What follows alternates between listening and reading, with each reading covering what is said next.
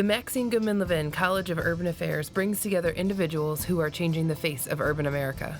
Today we meet Dr. Ronnie Dunn, Interim Chief Diversity and Inclusion Officer at Cleveland State University and Associate Professor of Urban Studies at the Levin College.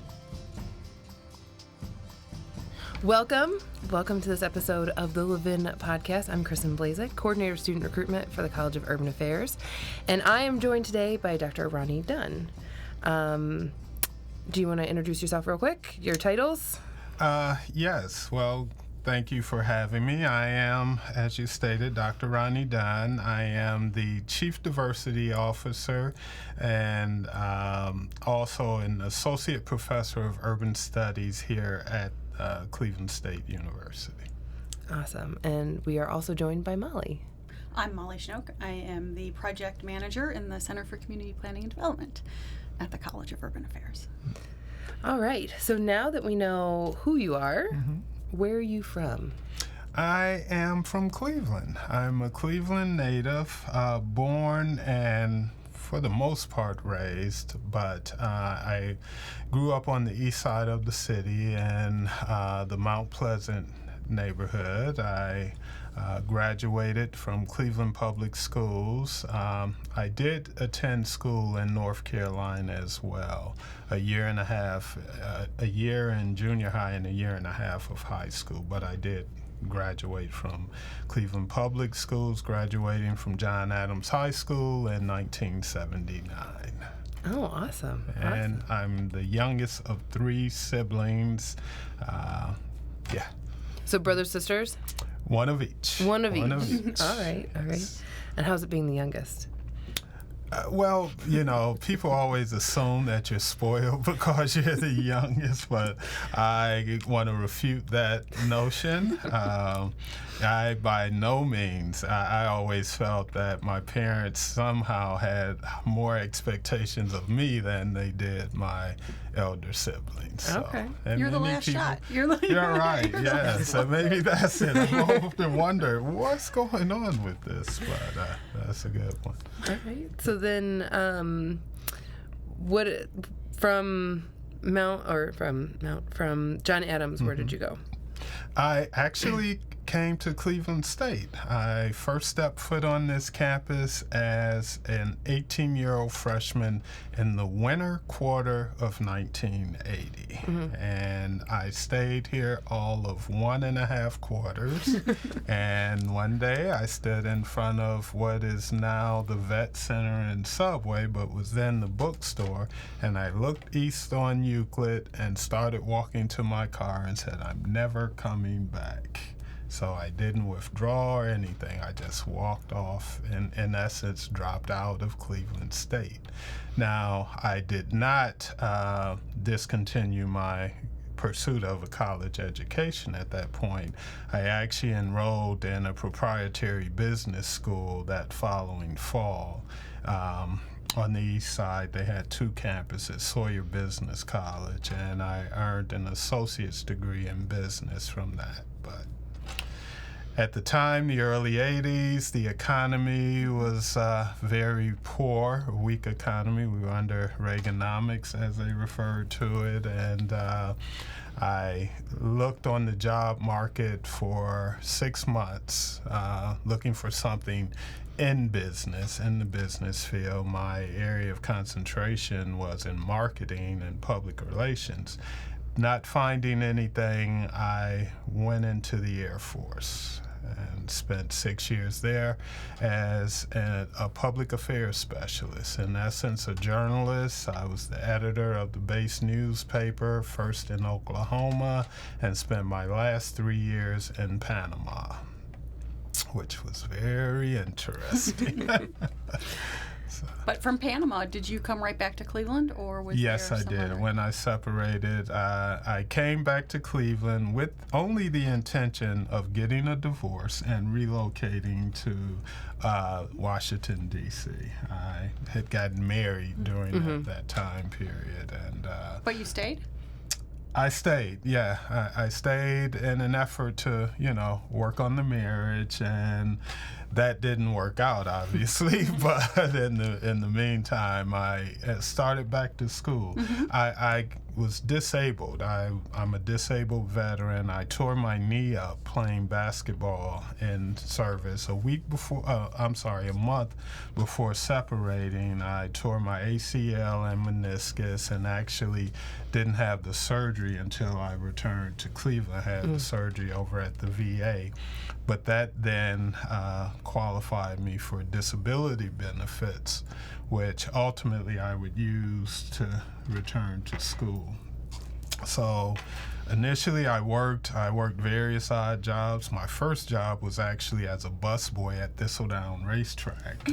And then from there I sold furniture. I was a furniture salesman at Tedridge Furniture Store, and ultimately a blast furnace operator at a lead smelting plant in the flats.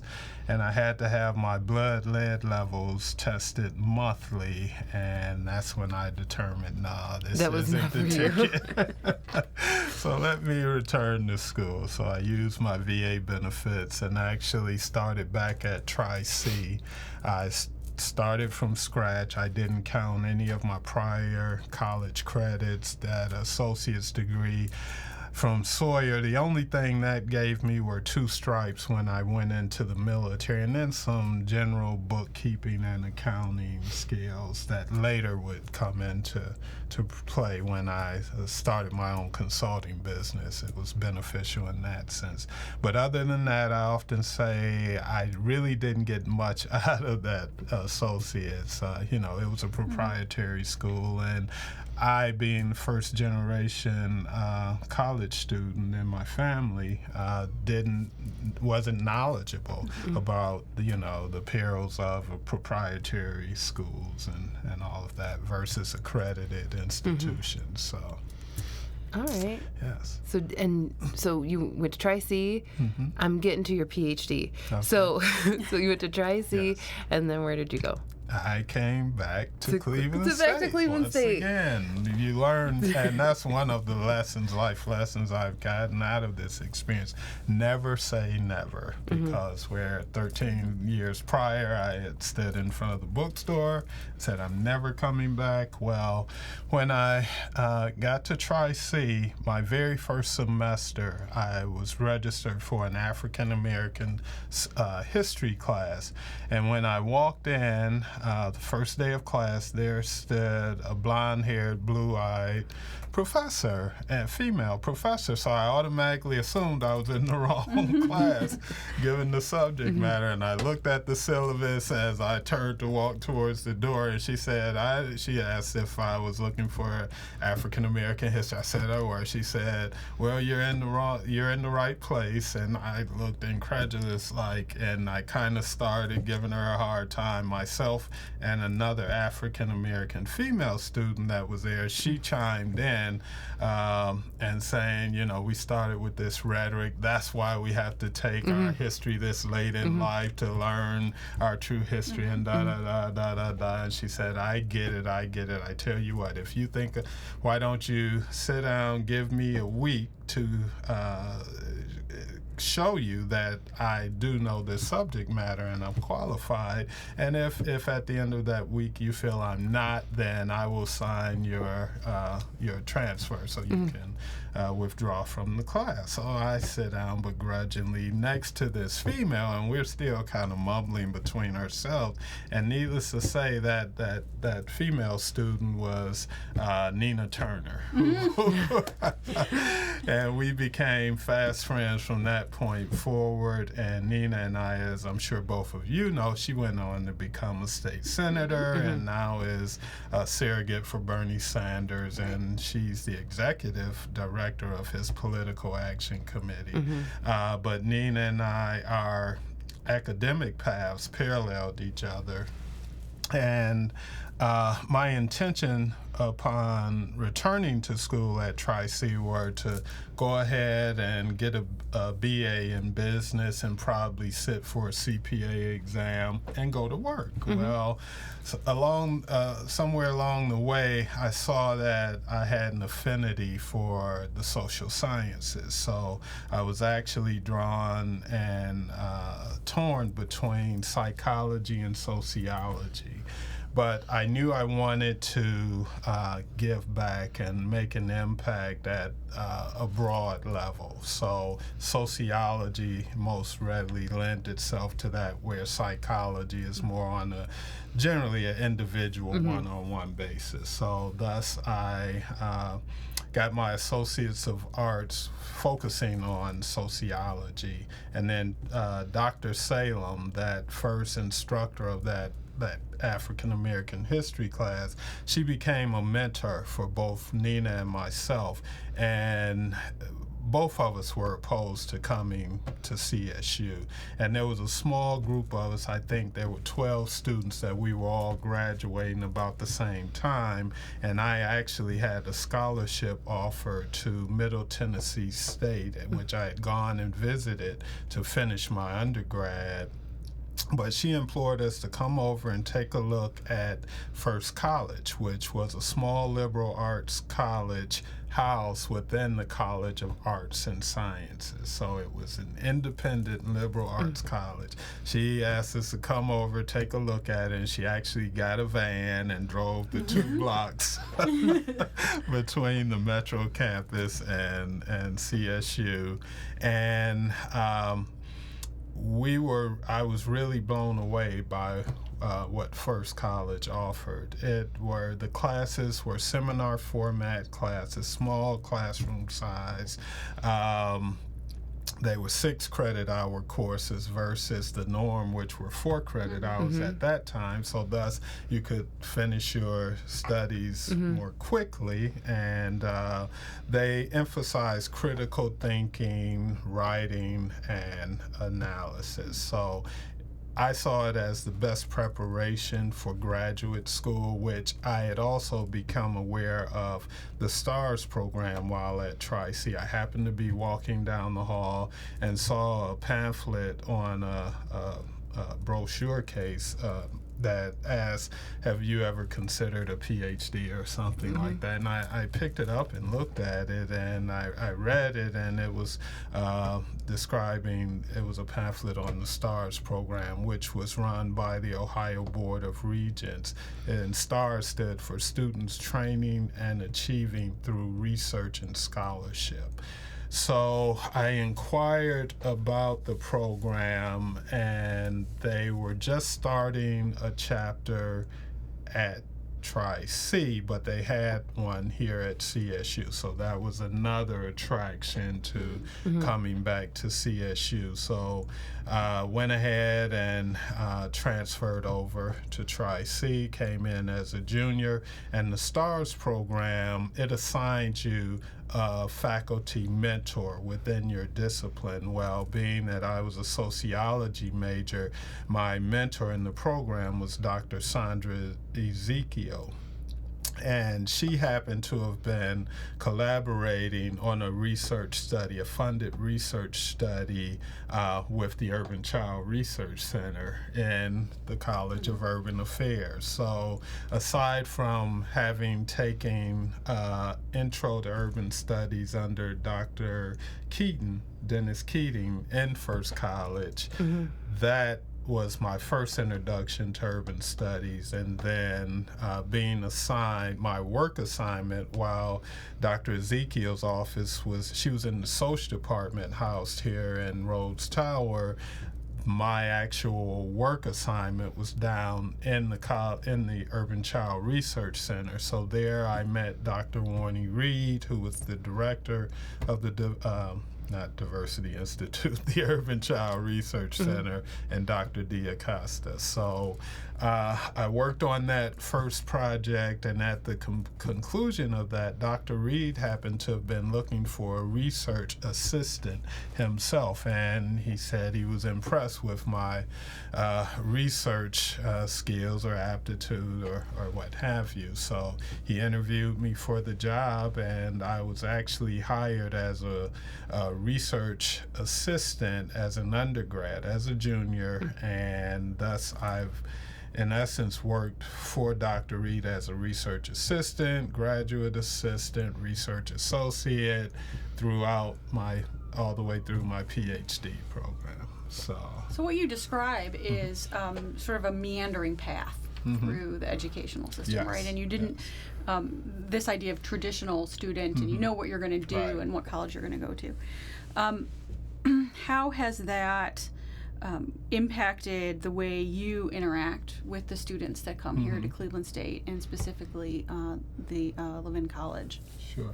Well, one thing, college is a time period where we're really exploring and getting to know more about ourselves and our own interests. And that's what I think my experience kind of illustrates that, and I was 29 years old when I returned to school, so a non-traditional student. So, coming in as an 18-year-old freshman, how many people really know what their lives calling is what I would say. And that's what I feel I found along this path. It's more than just a career or a vocation, but a calling. So I encourage students to, while you don't want to just wander aimlessly through your academic career, investigate and explore different career options, things that might be of interest. And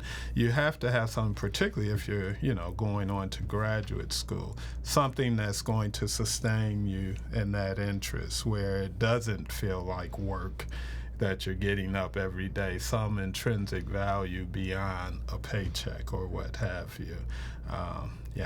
Well, you also have a unique perspective in having witnessed the progression of the institution of Cleveland State, right? So coming on as an 18-year-old, and then spending your career here and in different capacities and roles within the university, so taking to where you are today. But so, describe that for us, right? The changes that have happened at Cleveland State over that time period, and its place sort of in downtown Cleveland, and what that looks like going forward. Sure. Well, the obvious physical transformation of this campus has just been monumental. I mean, it's a beautiful campus, and I can't say we could always say that.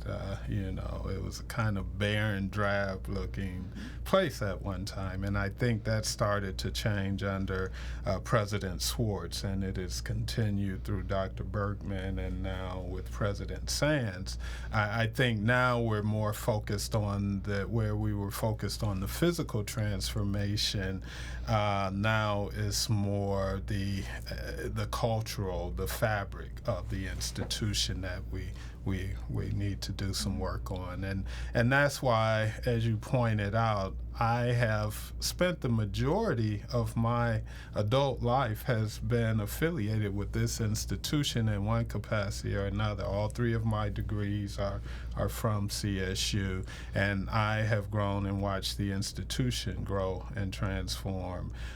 So I know a lot of our strengths, but by the same token, I know some of the areas of growth that are needed, and that's why I'm very I feel I'm blessed beyond belief to be in this current role that I'm serving in as the Chief Diversity Officer. Now I am serving on committees and in a position where we're trying to address that 18-year-old Ronnie Dunn that stepped foot on this campus, that one day decided, I'm leaving and I'm not coming back. And as I reflected back on that, and I always knew why I left and why I was opposed to coming back. It was the culture. I didn't feel it wasn't a welcoming, inclusive culture at the time on campus at CSU. And it had a reputation of actually being, race was an issue. And, I recall, and I actually went back and got my transcripts from 80 because I wanted to see what was my GPA at the time. It wasn't that it wasn't like I was on the dean's list my first quarter, but I had a respectable GPA, 2.38. I mean, starting off, that's I find that okay. Yeah, it's okay. But first semester you got to acclimate. Right. So, but I recall I had an A, a C, and a D, and the A, I got that A in jazz survey class, and Howie Smith, who I still see over at the rec center,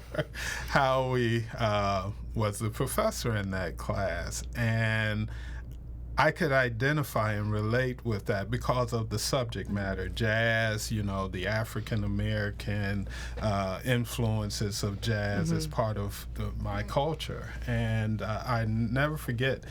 That was the coolest class. You would walk in, and it was in main classroom in one of the kind of auditoriums rooms that was like a pit, and he would have the lights dim and have some nice jazz music playing as you come in class, and he would be out of the class. He might come in 10 or 15 minutes after everyone's seated, and he comes in and starts playing his saxophone.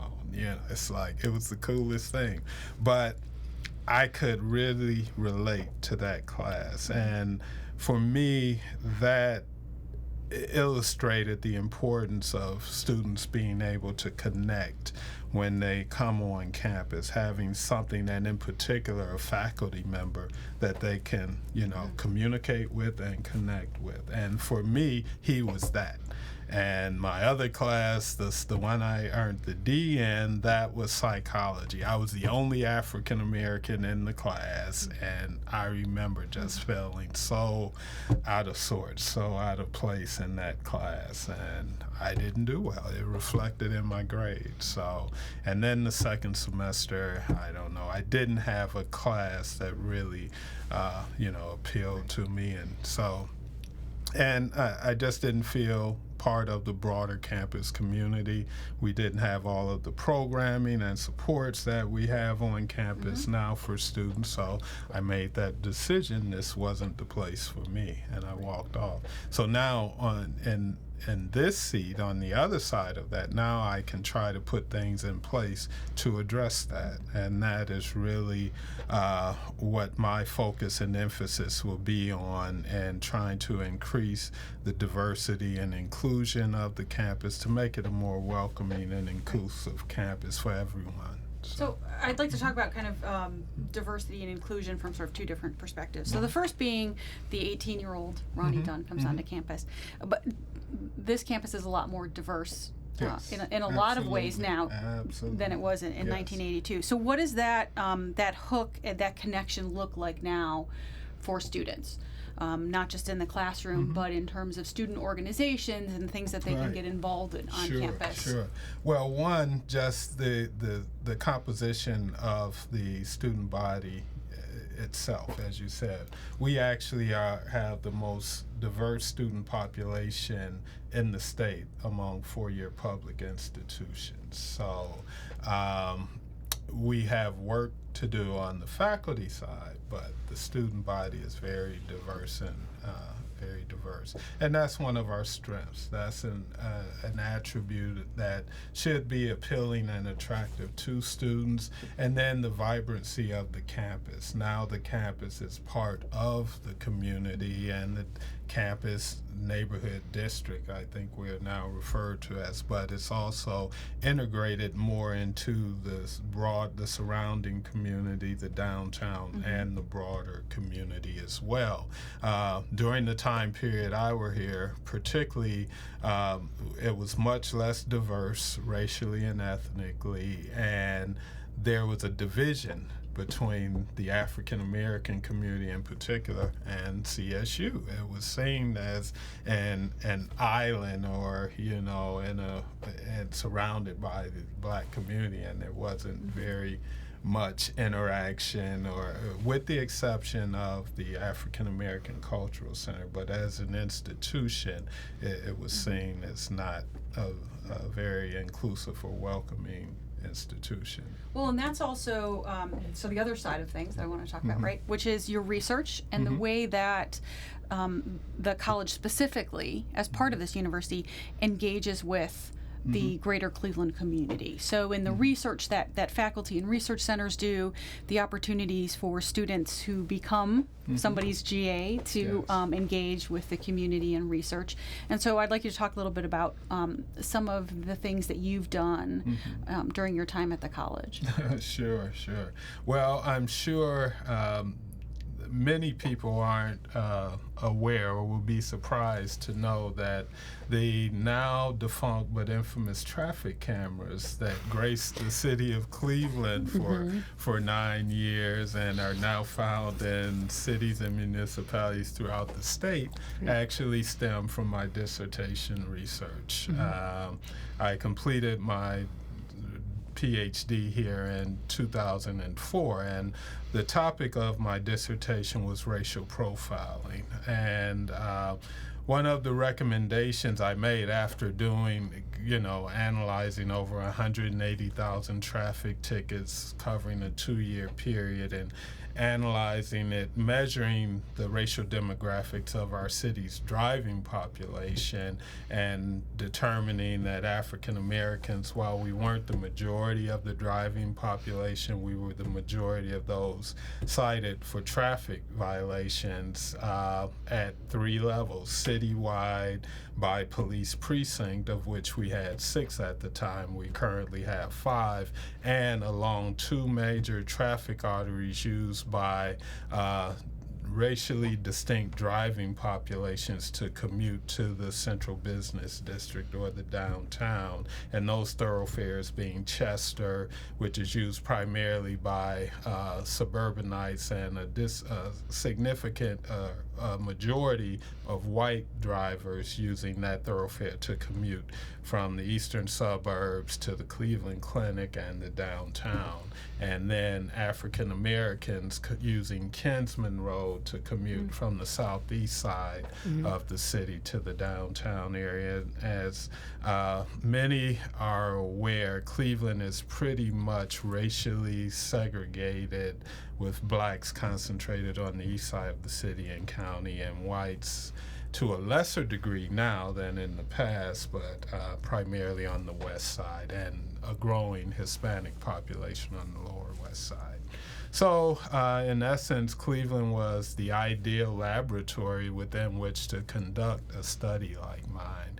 And after finding those significant racial disparities at each level, I then began trying to think of policy solutions to address it. And having been to Washington, D.C., as I stated, that was my intended place of relocating after separating from the military, and I frequented there because I have family there.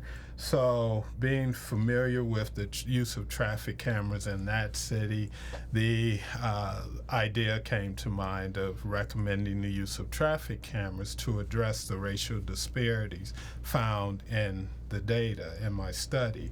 And those traffic cameras are objective in and of themselves. Now, they don't care what your race, ethnicity, social class, any of that is.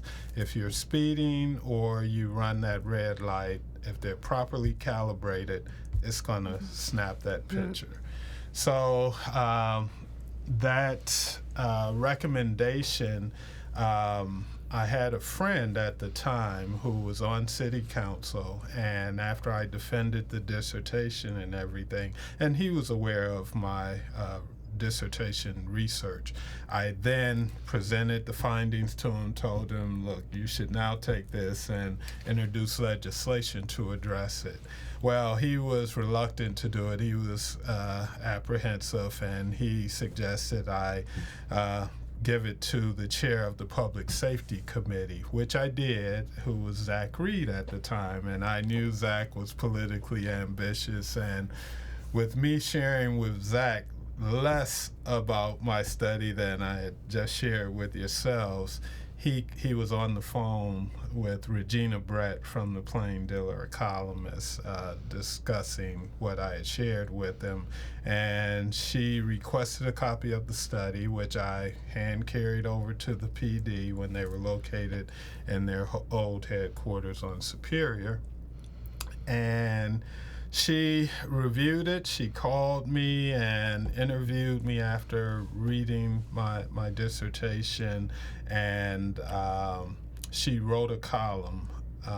It was the week of July 4th of that year. I was actually en route to North Carolina, and I got a call from the university that TV8 wanted to interview me, and the mayor's office had contacted them and wanted to meet with me as well, and wanted a copy of my study. So I obliged all of those requests. Regina wrote 2 columns on the study, and the first column, I think it was published July 6th of that year. This was of 04, yeah.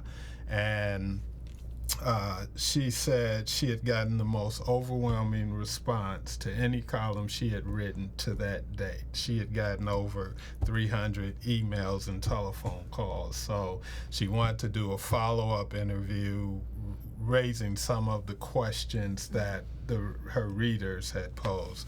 So for about 45 minutes, I fielded the questions. Mind you, if I had defended this research, I could bat those out the park. Right. So that's what took place, and she ran the second column, and then the administration, they had a chance to review it. TV8 did their interview, and I met with the safety director, Sanford Watson, at the time, and he thanked me for the study because he had only been in his role 6 months at the time, and he said he knew that there was some issues, some problems, but this gave him something to hang his hat on. And he said, we're going to consider some of your recommendations. Well, I had actually made 3 recommendations. Aside from the traffic cameras, the second and third were, 1, legislation to address this racial bias, to introduce and pass legislation prohibiting the use of racial profiling by the police in the city of Cleveland. Needless to say, we are still waiting on that. And secondly, the use of video cameras in all police cruisers. At that time, I think there were only 6 police cruisers that have video cameras in them, and the general public would assume that's standard equipment, but it's not. So that is an example of the type of research, and I always kind of reflect on how the university has now adopted the tagline of engaged learning. Well, we perfected that. That's what we do in the Urban College. That's what I always said. That's our brand. We always have. So now the broader university is adopting that practice and philosophy as well. Well, and you talk about the traffic cameras as an example, and of engagement and working with the broader community on topics and issues, but that hasn't stopped, right? I mean, the traffic camera issue continues to stay outside of the other 2 recommendations, right? And now they've been removed, and in Cleveland they've been removed, and there's still questions but they're popping up in the suburbs. The state, and they're popping up. I was gonna say, I just drove through Fairview, and I was like, oh look, there's security cameras out here.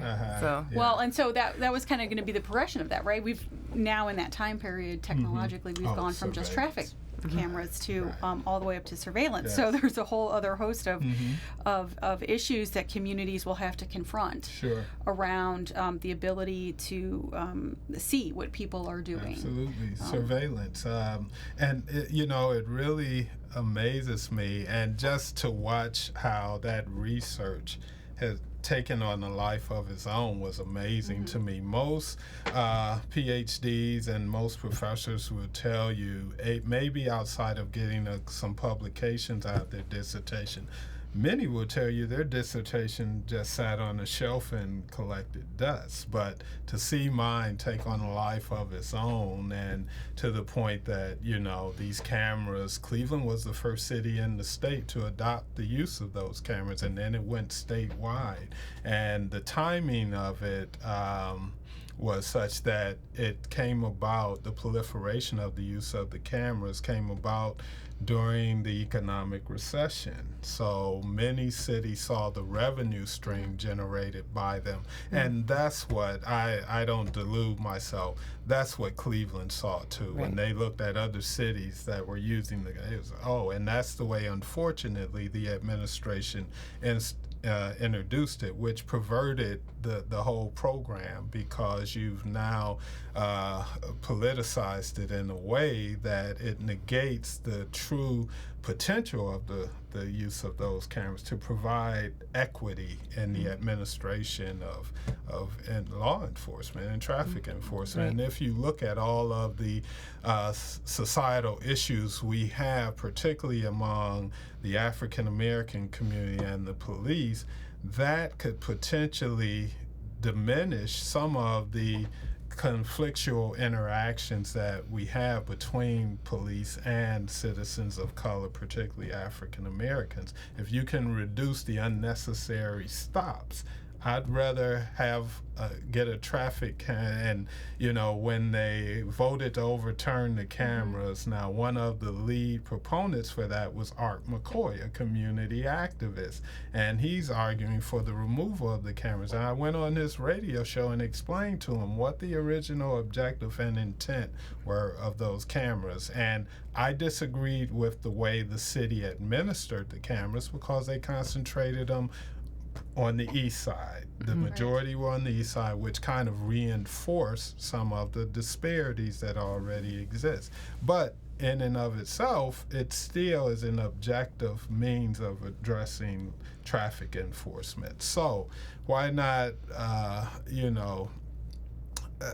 revise your administrative practices and correct those deficiencies in the way you're administering the program, rather than throw the whole thing out. And I had the perfect political soundbite for it. I'd rather be shot by a camera than a police. If I'm advocating for it, that says it all right there. And particularly at the time period when that all came to the referendum up for a vote. So anyway, did I add to the question?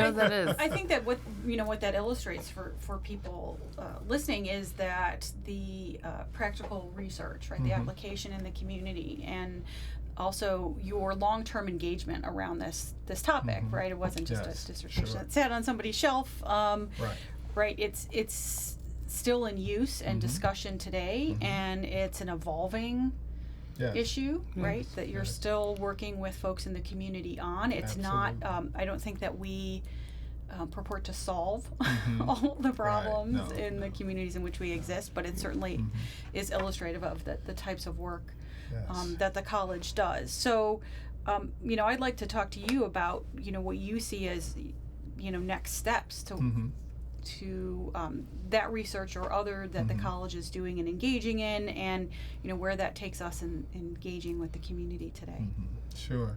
Well, where that takes us, one, that research really helped to establish and solidify my academic identity in the area of race and policing, and I've become a national expert on racial profiling, and constantly in the media, being contacted and you've had by the ability media to bring folks nationally to Cleveland to Yes. talk at the college. We've done programs together on that topic. So to also serve as a resource, an additional Absolutely. resource to the community around this topic because of your stature in that area, bringing people here. How can we do better? How can we? You mean we as a community, or the college? Well, or I the would say we are university? part of the community. Yeah, I would say Well, we we as a are, community, but- because I want to know, we community. as a community, Okay. how can we do better? As a community, well, I think I've always thought that the urban college in particular were underutilized and appreciated as a resource in the broader community for the expertise that we have and the national rank that we have. I mean, we're currently number 4, I think, or number 5. Okay, we were number 2, now we're number 5, but we're always at the top. We added in planning in there. urban policy and Yeah. city management in particular, that specialization. And not only myself, but other faculty members are very engaged in the community in addressing various issues affecting urban areas and urban communities, and particularly the underserved communities. Joe Mead and Rosie Ty and Megan Hatch, doing the work around housing voucher discrimination. Oh, right, source of income Yeah, source of discrimination, yes. income discrimination, and Joe with the panhandling legislation, So I think we can make better use of the resources that we have here locally. All too often, it's looking at myself as an example. Often I find that I'm more respected for my work outside of Greater Cleveland than I am in Cleveland. And as the adage goes, a prophet isn't respected at home, right? So I've kind of seen that firsthand. But that's part of it. But I'm truly heartened by this younger generation, the millennials in particular, because of their social consciousness and their openness and tolerance for difference. Not tolerance, their acceptance. They don't just tolerate. I don't particularly like that term, but they're much more open of differences and empathetic. And now that I'm not in the classroom, I don't get to share with the students as much. When we look at this current political and social environment we're in, it's troubling, it's disturbing. But I always told my students, they give me optimism for the future because they aren't as, stuck on, differences as my generation and older generations were. So. Well, that's good to hear. I like to hear that, though. That's the one time that I will put myself back into the millennials and say I'm technically just there. Right. And then they're like, oh, they're kind of, when there's negative things, I'm like, well really, Yeah, right. I'm kind of on the fringe. Right. But That's anyway. kind of how I am with the baby boomer. Right. I'm that bridge generation. Right. Like, okay, you got good something. I'll be a millennial. You got that something bad? Anyways. Firmly in the middle of it. So to wrap this up, there's one question I like to ask at the end. I know it's more of an icebreaker question. We do this every time where I'm like, I know it's more of an icebreaker question, but it's a nice thing to end with. What is one thing you wish more people would know about you? One thing. Besides all the great work that you're doing in this, equity. One thing. Well, I kind of discussed some of that with my research and the whole traffic camera thing. Most people aren't aware of that history or origins of it at all.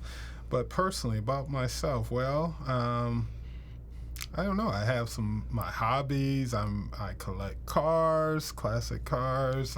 The miniature ones, or no? the big ones? It started the Dean as has a like kid. the mini ones. Well, see that it started as a kid. We used to put together the model cars, and there was a hobby shop in the community, and they would have contests, and we would get our cars and spray paint them and enter them in the model car contest. Well, now as an adult, a middle-aged male, I said, well, I gotta have some hobbies. So, my dad was a mechanic, and I used to go out in the yard and, hand him tools and watch him work on the car. And when I first started driving, I could tune up my car and change brakes and oil and do some of the work myself. Today's car, you open the hood and it's like, okay, call the shop. But I'm in a position now to own a couple of cars, so that's what I started doing, collecting cars. I have two. I have a 1966 Bonneville, and that's a homage to my dad, who passed away in 2007. My father was a Pontiac man, and when I saw this car, it immediately reminded me of my dad. I said, oh wow, Dad would love this. And the interior in that car is my earliest memory of a car. It's that interior. So every time I drive that car, I'm in the 60s. I'm listening to Motown music and all of that. And I have a 1982 Porsche 928. Right. That's the movie, the car from Scarface and Risky Business that Tom Cruise had. So, What's the one car you'd want? That I would want. If you could get any car, yeah. What would you get? Wow, gee, resources are not a limitation. Resources are not a limitation. And availability is also not an issue. I don't know.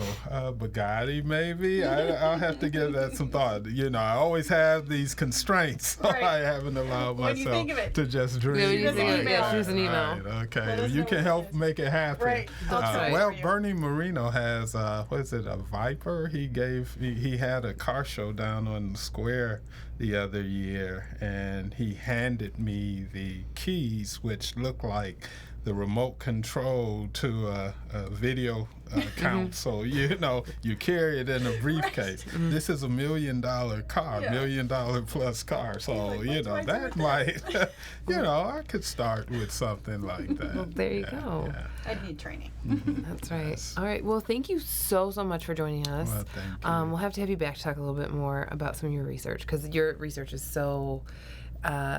I want to say deep, it's got a good breadth to it. So I really want to dive more into some of your current research and stuff like that, and your current roles. Sure. So we'll definitely have to have you back. Okay, I look forward to it. But thank you so much for having us, and thank you, Molly. If you like this video, please like, subscribe, and share. For more information about our events and programs, please visit us on our website at www.csuohio.edu/Levin.